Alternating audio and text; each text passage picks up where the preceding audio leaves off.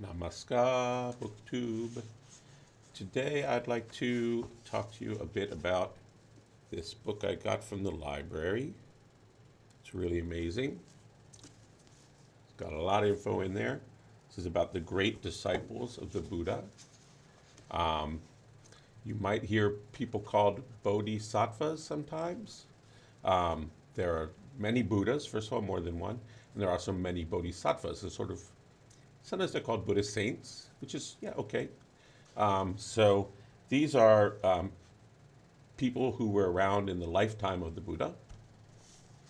I'd like to familiarize you with some of them and also make a case in this video that I think you'll find it's quite compelling that in fact Buddhism is a religion, whatever else it may be a philosophy and some other things as well.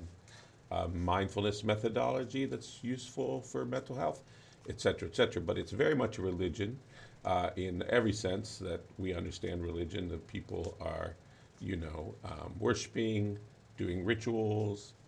There are charms and amulets. There's, heavens and hells. There's everything that you would expect from a religion. I think people try to get around religion because they find things in Buddhism that they really like, even if they don't follow the Panchasila or the five precepts of householders for, the moral precepts of not, drinking and that kind of thing, lying. But yeah, so the philosophy of Buddhism, you don't have to throw it out. Please keep enjoying it. Know that it's paired to a religion and make your peace with that, even if you don't embrace the full religion, because it very much is for most of the world's practitioners. Okay, so let me tell you about a few of these people. I'll just take them in order from the contents. So Sariputta is called the Marshal of the Dhamma. And this is, he's like a pair. He's buddy, always pals with the other, where is he? Not Ananda. Mahachakana, is it? Anyway, the two of them are like the house mother and house father for like all the monks. So he's really wonderful. I sort of knew of them, but not their names. Mahamogayana, master of psychic powers, we'll come back to. Mahakassapa, father of the Sangha, sort of took over when the Buddha passed on. I knew of, as well as Ananda, who was sort of the most beloved of the Buddha, sort of like his John, little John, to Jesus, as opposed to like, Peter, or some of the older ones were maybe like Mahakassapa.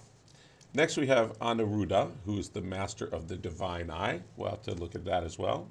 Mahakachana or Chakana, I'm probably getting it the wrong way around, is the master of the doctrinal exposition. So this is sort of like, he's the scholarly one, right? He's all about the scriptures. And then we have more than a dozen great women disciples of the Buddha. Then we have Angulima, Murderer's Road to Sainthood. Murderer, we'll talk about him. Then we have Anthapindika, that's the Buddha's chief patron. And then some shorter lives of the disciples. So the ones that I sort of already knew about, I knew of course, Ananda. I knew of, excuse me, I knew that there had been this chief patron, right? This fellow who's very wealthy, who really supported the early Sangha. I didn't know his name.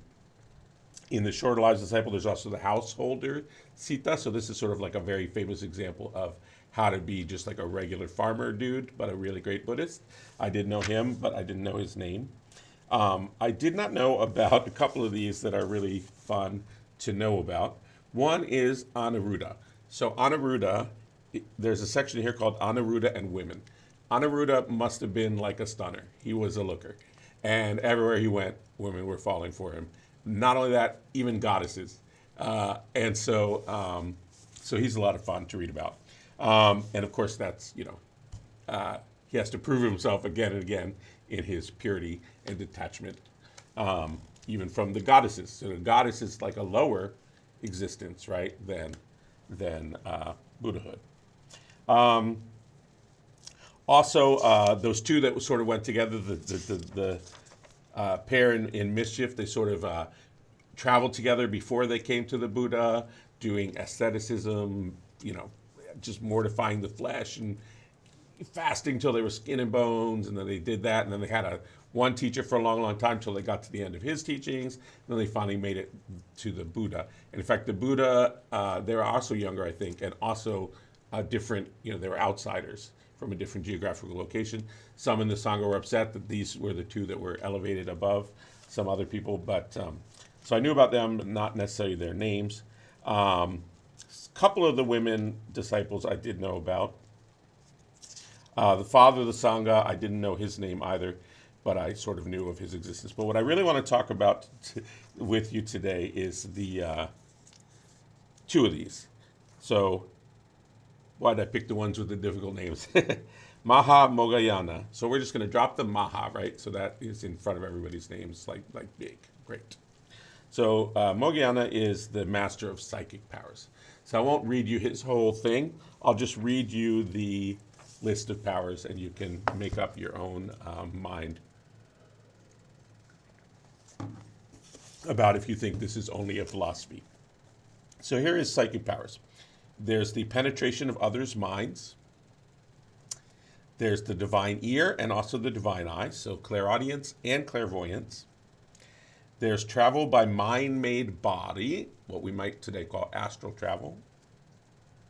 There are the three bodies of the discrete body, the dayas, I forgot what they're called in Sanskrit. In Buddhism, that's a big part of precept that a lot of people, Western students of Buddhism, don't really know too much about. Then there's the travel, the telekinesis, right? Supernormal locomotion. And the power of transformation. Another thing that these guys have is memory of their past lives. For example, for Ananda, 3 of his past lives are given, or jatakas. And then the last one I want to talk to you about is, and Mahakana is interesting also, to just mention this in passing. So he also takes up the Nikayas. So the Nikayas are part of the Abhidharma. The master of the Abhidharma is Sariputta. So the Abhidharma is a whole psychological framework that I think if Westerners study it would be as useful to them and popular as mindfulness has become.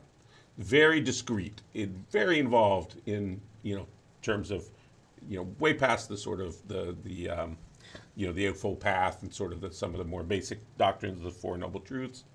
So this Abhidharma contained in the scriptures that are called the Nikayas. Those were studied by Sariputta, and those were also picked up by Kachana. So those are interesting and worth noticing. But back to the theme of religion. So we have all these psychic powers. We have the past lives. Remember, it's the past lives.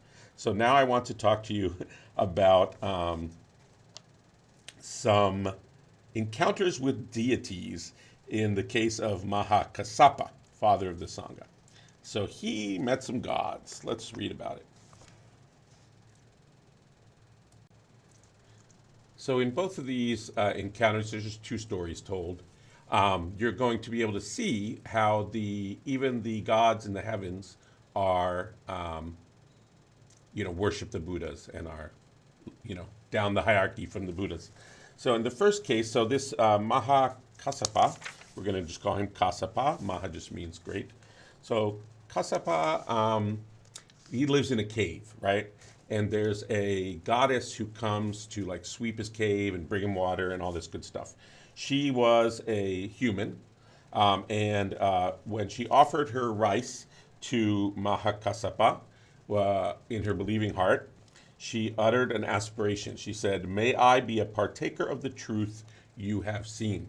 And her desire, her intent was so pure and clear and, true and total that when she died shortly thereafter from a snake bite, she ascended immediately into the 33 heavens, which is, where the gods reside. Um, anyway, so obviously she's very grateful that she got there due to this, her intention toward Kasapa. So she wants to serve him. She comes sweeping and all this stuff, and he keeps trying to send her away. He said, "No, no, I don't want anyone to accuse me of, having a certain God as a servant." And then Buddha finally intervenes and tells her, "No, no, no, it's okay. He's just looking after his own merit or whatever." So she accepts that, and she goes off back to her 33 heavens, presumably. And Buddha also reproaches, by the way, Kassapa, and says, you could have handled that a little nicer. She's just worshiping you. And anyway, so that's the first tale of an encounter with the deity. In the second one, like loads of deities are lining up to give alms to Kassapa. And he keeps turning them away because he wants to give the merit to the common people giving alms. And finally, it gets to the point where the king of the devas, of the deities, his name is Saka, king of the gods. Saka comes in disguise, right? He makes himself into like a beggar. And he offers his, parched rice or whatever it was to Kassapa. Immediately it turns super like fragrant, amazing rice. And Kassapa knows, oh, hey, you're a god. And rebukes the king of the gods. It says, oh, you should not have done this. You have, deprived some poor human of the merit they could have had. And so the god, Kassapa says, we too are in need of merit, revered Kassapa. But have I acquired merit or not by giving alms to you through deception? And Kassapa says, you have gained merit, friend. So even though he used deception, he did get the merit for his action. And so what I think the important point here to see is that even the gods need merit. So they're still somehow trapped in the whole system, right? Of going up and down in this samsara cycle. And to escape that, to be a Buddha, they offer merit to the Buddhas. They want to serve the Buddhas. They want to sweep for the Buddhas. Anyway, as you can see, very religious, lots of hierarchies, gods, goddesses, hells, heaven, 33 heavens. I don't know how many hells. Rituals, almsgiving, sacrifice, the whole bit. So there you go. Make of it what you will. Hopefully, I haven't broken anybody's will to follow Buddhism, because I do think it's incredibly useful and helpful to you. So if you are on that path, please stick with it and just, take from it what you can at any given point in your life. I think that's totally fine, and I'm sure many great Buddhist teachers would agree with me. But I wanted to share with you mainly, these amazing disciples and their fun stories, and just how really real and alive this whole Buddhist scene was from the beginning. But also, to really make that point, which I think if you come to Thailand, you'll immediately see the first Wat, temple that you visit, whoa, incense and bells and, bells and smells, all of it.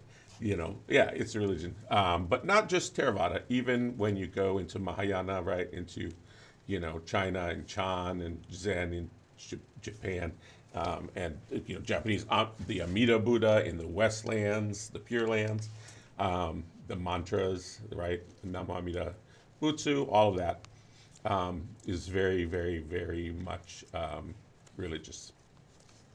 Okay, thanks.